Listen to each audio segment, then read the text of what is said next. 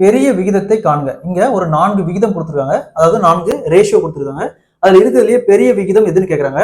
So இந்த மாடல்ல some கேட்டாங்களா, ஃபர்ஸ்ட் இங்க 2:5 இருக்கு, இதை 2/5 எழுதலாம். அதே மாதிரி இங்க 7:10 இருக்குது, அப்ப 7/10 எழுதலாம். நெக்ஸ்ட் 5:6 இருக்குது, 5/6 எழுதலாம்.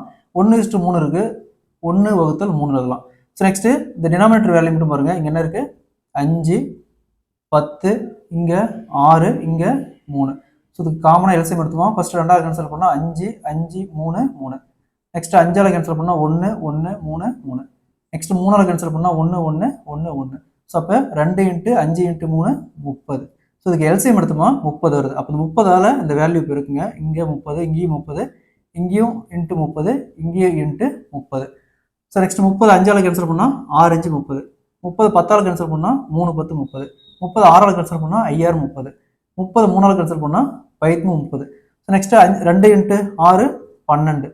7 × 3 21. 5 × 5 25. இங்கே 1 × 10 10. ஸோ இருக்கிறதுலேயே பெரிய வேல்யூ பாருங்க, 4 வேல்யூ பெரிய வேல்யூ, இதுதான் பெரிய வேல்யூ. பெரிய வேல்யூங்கிறது 5:6. அப்போ இருக்கிறதுலேயே பெரிய ரேஷியோ ஆப்ஷன் சி 5:6. ஸோ இதே மாதிரி இந்த சம் பாருங்க, பெரிய விகிதத்தை காண்க. 3:4, 5:8, 7:8, 2:5. இந்த சம்ம சால்வ் பண்ணி ஆன்சரை கமெண்ட்ல போடுங்க. அதே மாதிரி நம்ம சேனலை சப்ஸ்கிரைப் பண்ணாதீங்க, சப்ஸ்கிரைப் பண்ணி நம்ம சேனலை ஃபாலோ பண்ணிக்கோங்க.